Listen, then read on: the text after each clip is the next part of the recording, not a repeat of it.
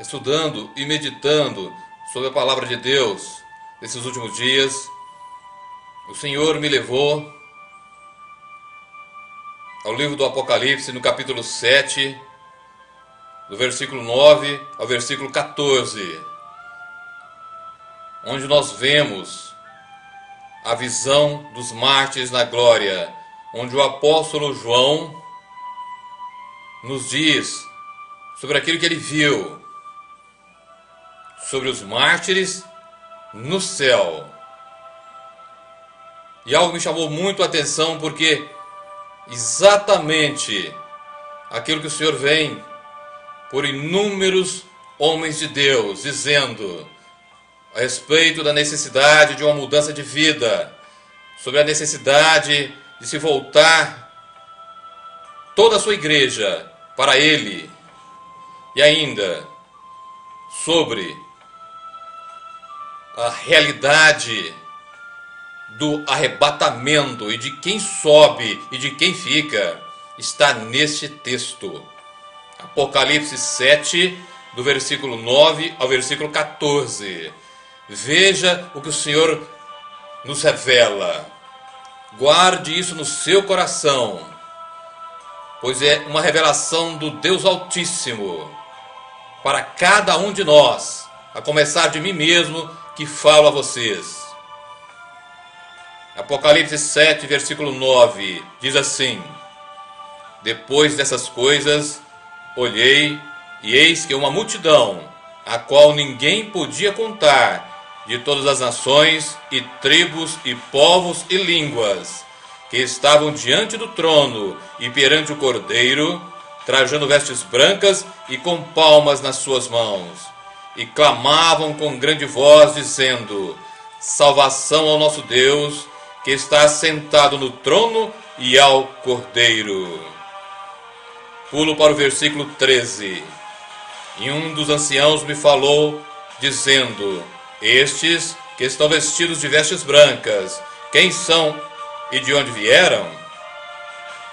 E João responde: E eu disse-lhe: Senhor, tu sabes.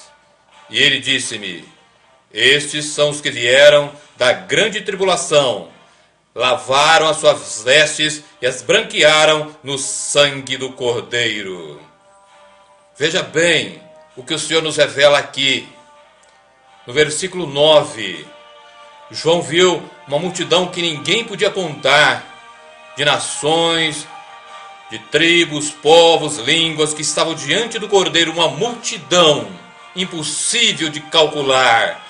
Mas aqui está a grande revelação. Essa multidão não eram dos arrebatados, eram daqueles que, como diz o ancião no versículo 14, os mártires da grande tribulação, que lavaram as suas vestes e as branquearam no sangue do Cordeiro.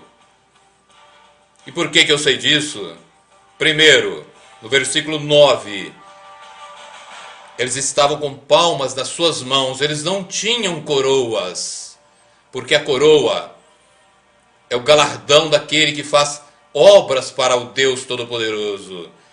E as palmas simbolizam a vitória, mas daquele que foi vitorioso até o fim, pela sua fé, mas ele não teve tempo de fazer uma obra para o Senhor. E literalmente, todas as versões dizem, no versículo 14, que são os mártires da grande tribulação. Aqui só há uma conclusão a se chegar: aqueles que vão subir no arrebatamento da igreja são poucos, são muito poucos. E ainda, procurando e estudando em outros livros de teólogos e exegetas, eles todos concordam com isso. Esses que aqui estão, de uma multidão sem fim, eu repito, são dos mártires da grande tribulação, ou seja, da igreja apóstata, que não subiu no arrebatamento. E eu neste momento, fui levado pelo Senhor ao Evangelho de Mateus, no capítulo 7, versículos 13 e 14, quando o Senhor me responde: por que são poucos? Por que não foram muitos da igreja que subiram no arrebatamento e que a maioria da igreja ficou e teve que pagar com a vida, sendo mártir para ser sim, um verdadeiro cristão e ir morar para o céu. É o Senhor que diz: entrai pela porta estreita, porque larga é a porta, espaçoso o caminho que conduz à perdição, e muitos são os que entram por ela. E porque estreita é a porta, e apertado o caminho que leva à vida, e poucos há que a encontrem. É Jesus falando. Poucos há que encontram a porta estreita e que caminham pelo caminho apertado. E eu perguntei: então por quê? Porque são poucos que encontram.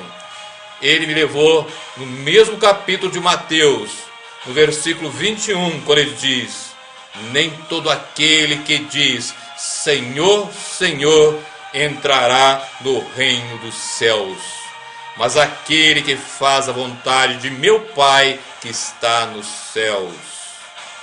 Ou seja, aqueles que professam o nome de Jesus como Senhor não estão, em sua grande maioria, fazendo a vontade do Pai.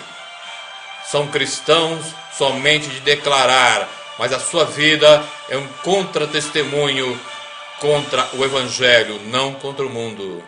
Por isso Jesus diz: são poucos que a encontram. E muitos sim, que caminham pelo caminho espaçoso e que entram pela porta larga.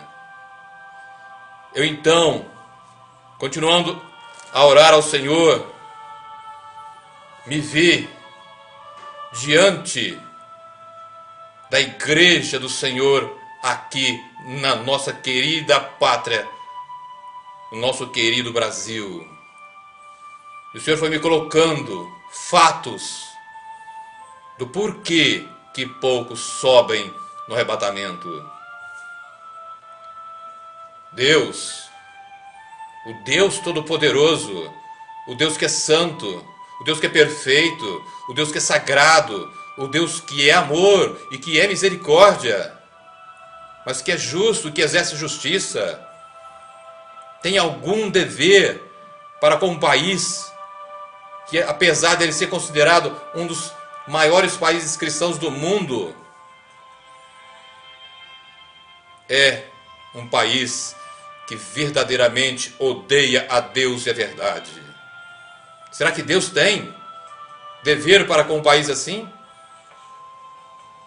Um país, uma nação, um povo que tem uma sociedade, que tem leis, que tem uma política que é totalmente corrupta? Uma nação que se esqueceu dos mandamentos de Deus? Um país que tem uma santa de barro como padroeira? E o Senhor me lembrou o Salmo 33, versículo 12. Feliz é a nação cujo Deus é o Senhor. Deus não é o Senhor da nação brasileira.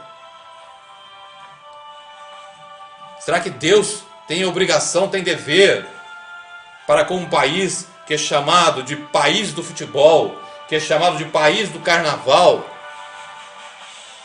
Será que ele tem dever para com um país que usa milhões e milhões e milhões e milhões de reais a mais com futebol, com carnaval, do que com a propagação do Evangelho de Jesus? Um país que legalizou a prostituição e a pornografia no carnaval? Eu repito, legalizou a prostituição e a pornografia no carnaval? Deus tem obrigação com um país, com a nação, com um povo desse? E a igreja cristã, da qual eu faço parte, da qual você, que é cristão, faz parte? Qual o dever que Deus tem para com ela? Uma igreja que é mundana, que é idólatra, supersticiosa, uma igreja que não ora, que não vive o verdadeiro evangelho de Jesus, a mensagem da cruz, mas vive um falso evangelho, um evangelho diluído, um evangelho sem poder algum,